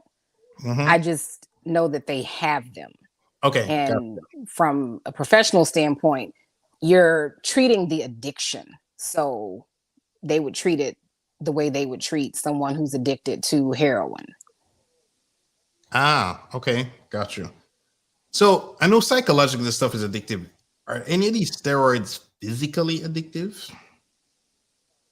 Like your body is, needing it, so to speak. I've not been aware of that, but I don't know if you. Not that I know of. Yeah, I've never heard of that. I wouldn't say that it's the body needing it. It's the person whose mind is telling them that they need it. Yeah. And so that's the purpose of doing, because the first step to fixing anything when you're going to see a therapist or going to a treatment facility is accepting that there is a problem. Okay. So the fact that they're getting off or trying to wean themselves off means that they've accepted that they are addicted to said drug. Okay. And then that they are open to the treatment. And it's actually covered by your insurance. Oh, wow. Okay. I would not have guessed that. Yes. Oh. But I don't do insurance, so I don't know the details for that. Okay. Got you. Angelique brings up a very good point. Severe acne with steroid does not look pretty. I mean, how else other than addiction do one continue to use something that is literally destroying the most important organ, the skin? That's a very good point. It's a very good point because, especially the way Ernestine described it, she looked so fantastic, right? That she's willing to put up with some of the acne for a while until she's like, this is too much, right? Because she said it was really, really bad. I didn't realize how bad it was till she said it was really, really bad. To the point touching it could hurt her. So this is a good point because, again, you're putting up with this problem, but you look so fantastic. And like she said, I can't imagine that, where you just look that good that you're like, God damn.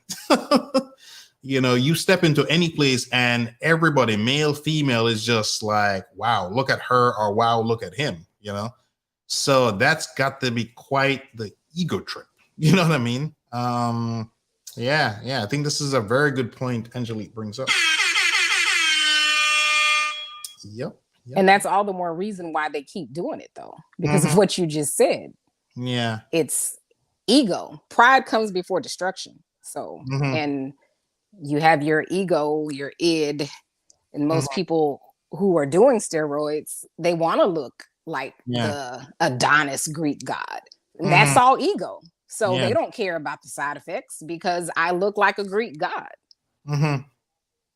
Yeah, so Ernestine was very strong mentally for her to, switch because, I got to think that that's a difficult thing to do, which is probably why most people do not. So as we were saying, this is a blessing in disguise that she had the back problem to stop. But obviously she had to be very mentally strong, a lot of willpower to go from the baddest looking chick around to being, saying, I'm not going to take that anymore, because it's got to have been extremely tempting, especially when she says, the 6-pack became a 4-pack, then a 2-pack. It's like you're seeing your stuff go down and down and down. It's got to be, The more I think about it, she's even more stronger than I realized. So, it's like I'm trying to imagine me losing muscles and thinking, God damn, if I only went back and taking this thing, my muscles would stay, right? That has to be so tempting to just keep going. Like, wow. Yeah, so I'd like to say that she had will and determination. Yeah. I like to move away from this whole Black women have to be strong thing. Because when you do that, we feel like we aren't able to be vulnerable because we always have to be strong. And so. Good point. A very good point there. Very good point there.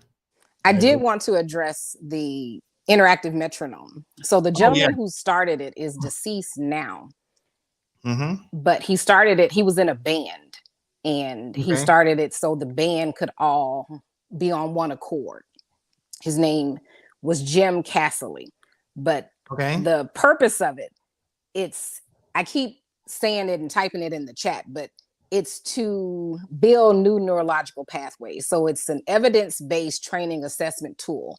You have to do it with someone that is trained in IM, interactive metronome for short, which I am. And typically the people who are using it are therapists, school psychologists, neurologists, chiropractors, optometrists. Some teachers do it if they have a license as a clinical therapist. Physical therapists do it. But what it's doing is helping you make both the left and the right brain work together. And that's how you're creating the new neurological pathways. And so it's used for people who've had strokes. For athletes use it. Actually, the athletes at Notre Dame use it. The Miami Heat uses it. There are quite a few. I know Baylor College of Medicine, they use it, but it's good for multiple things. So it's good for ADHD, kids who are on the spectrum, who have autism, sensory processing disorder, learning disabilities, developmental delays, speech issues, people who have cerebral palsy, auditory processing disorder. And for adults, it can be used for strokes. The gentleman who had the cardiac arrest, it could be used for him because that could be used for someone who has a brain injury. And since he went without oxygen for so long. But again, you have to do it with someone who is certified in IM. There's actually a website database, and you can type it into Google and it comes up, and then all of the providers in your area come up.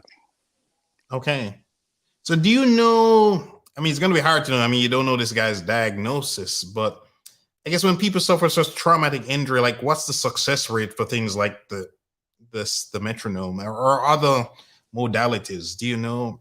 I mean, percentage wise, I don't know, 10%, 80% or 50% or just varies too much? I've only used it because I'm not a medical, I'm a mental health, which is still in the medical field, but I've only used it on kids and adults who had ADHD or sensory processing disorders. But I do have several success stories of clients who were taking medication for ADHD, and one of the medications was like $350 a month, and that was with insurance. And after doing IM for roughly 3 months, the client didn't have to take the medication anymore. Oh, wow. But IM is very expensive. So how expensive are we talking? Each session is probably $150. Is that with or without insurance? Well, that's the thing. Depending on who's doing it, they may not take insurance. I know Health South is the #1 health provider, medical health provider that does it, but they mainly do it for adults who've had strokes, brain injuries, the spinal cord injuries. And typically therapists like myself are doing it for ADHD and those other conditions. So it just depends on if that person does or does not take insurance. Got it.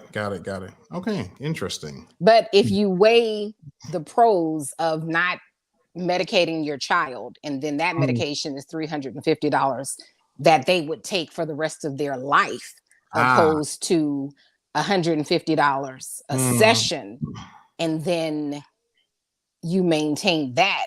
Because once you've built the new neurological pathways and you don't have a brain injury, they're established, because that's the problem, is that it's like the neurons in the brain are right next to each other. If you were to take your fingers and touch them together and then let them fall in between each other, that's what they look like when the neurons aren't touching. Okay. And so once you get them to touch, that's the creating the new neurological pathway. Unless something happens, that pathway is established. Okay. Gotcha. Gonna welcome skincare do's and don'ts. Our show is More Beauty. So welcome to the show. Thank you for having me. Yeah, nice. So what do you think so far? I mean, it's been a lot going on here tonight. Yes, it's actually an excellent show, and I want to commend Ernestine for giving a female perspective and basically being transparent with us on the experience she's had with steroid use. But that's not the reason why I called in. I wanted to address Owizi Mana's comment, in which I totally agree with, when people abuse steroids. And I think what people should be made aware of and need to understand is that although physically the steroids make them look good, there's internal damage as well as external damage that will occur on their skin because of the severe acne. Over a long period of time, if acne is left untreated, it is going to cause really bad scarring and or really bad hyperpigmentation, which is very hard to treat and get rid of. For some people, it takes months to years to get their skin back to normal when they've had that level of acne. And yes, Ernestine said something that I think Black people need to understand, that yes, we're Black, but when our skin scars, it scars. Like you know, like if you get a cut, like Black people, we get dark real fast in that area. So you know what I'm saying? Yeah. So it's the same thing with acne, like with people of color abusing acne and getting those scars. It takes forever for it to go away. Oh, I did not know that. Yeah, plus Ernestine mentioned still having some little scarring. I'm sure it's probably not something easily visible. He probably staring at it, but yeah, wow, I did not know. What do you call it? Hyper? Could you repeat It's that? called hyperpigmentation. So that's the darkening of the skin in a specific area. It could be caused by, multiple things, like if you get a bruise or you hit yourself, naturally the skin is going to get darker. It's more so for Black people because we have higher levels of melatonin. Okay. And melatonin is the reason why we scar easier than our clear brothers and sisters. Gotcha. Melatonin or melanin? Melanin. I'm so sorry. I'm thinking about sleep because it's like 10 o'clock. I'm so sorry. Yeah, no, that's fine. Because I remember thinking last night I talked about sleep. Did I get it wrong yesterday? No, that's my bad. Melatonin is I'm thinking I'm sleepy, so I'm saying that. But yes, it's the melanin. I'm so sorry. No, that's fine. No, nothing wrong with that. It's the melanin. Yeah, it is 10 o'clock. And I remember saying to myself, well, granted, I already made a promise, but the longest I'll go on any of these shows is 11 o'clock. But still, it's a pretty good show. So, I mean, I'm going to drop the link again one last time if anybody else wants to come up. Man, guys, I think I've had like 2 dudes who have ever called in all these couple of weeks. Man, this is like the guys are like ridiculously shy. I remember seeing a couple of them say hi in there and they just disappear. They just go poof. Come on, guys. I know there are men watching the show, but yeah. D.I. Grifter's called in once before. Or is he the only guy? No, 2. Sly called in, D.I. Grifter. Literally has the 2 dudes call in a couple of weeks. Wow. Yeah, the dudes are pretty scaredy cats. I gotta admit, I'm surprised by this. Men are like scaredy cats. It's like, wow. Oh yeah, here's the word spelled out: hyperpigmentation. Seek amethys. Thank you, Seek amethys. Yeah. Okay. Well, I mean, all in all, this has been a fantastic show. As usual, every single show I've done, I've learned something new. That's probably the biggest surprise about doing these live streams. I do all this research, and then some of it I already know in advance, which is why I can do the reaction videos. Because you can't fake live the not knowing stuff, for lack of a better word. I don't know else to nicely to put it. That's another problem, right? Where you'll see some of these people on Instagram or what have you. They're doing all these prepared videos, right? Or 1 minute or 30-second things. They don't know anything about fitness and nutrition, but they look fantastic. And you'll see some shots of them doing something actiony or bending over in a bikini or without their shirt on, the dudes, and they look purely awesome, and they write some cool stuff, or they pay somebody to write some stuff, and they're like, do my program, my plan, and you two look fabulous, and they don't know anything. They know a goddamn thing, but they're never in a position to be shown as not knowing anything, right? It's never anything live like this, or they got to answer questions, or they got to think on their feet, for lack of a better word. Yeah, it's one of the things I like the live thing. It's hard to fake. I'm sure you can fake it, but it's a hell of a lot harder than doing a Instagram reel or a YouTube shorts or TikTok or something. Okay, well, again, guys, fantastic show. We almost hit 2 hours. Wow, it's pretty good. I think it went pretty good. Tomorrow we're gonna have a much more fun show. It's definitely gonna be very entertaining, almost silly, but in a good way. Trust me on this. You will very much enjoy this. It's almost ludicrous, but in a funny way. Same with this was, kind of crazy, but in a bad way, a very serious way. But tomorrow will definitely be a more fun and light show for sure. So, me go along now. For them of you who don't speak Jamaican patois, that's goodbye, my people. Good night. Sleep tight.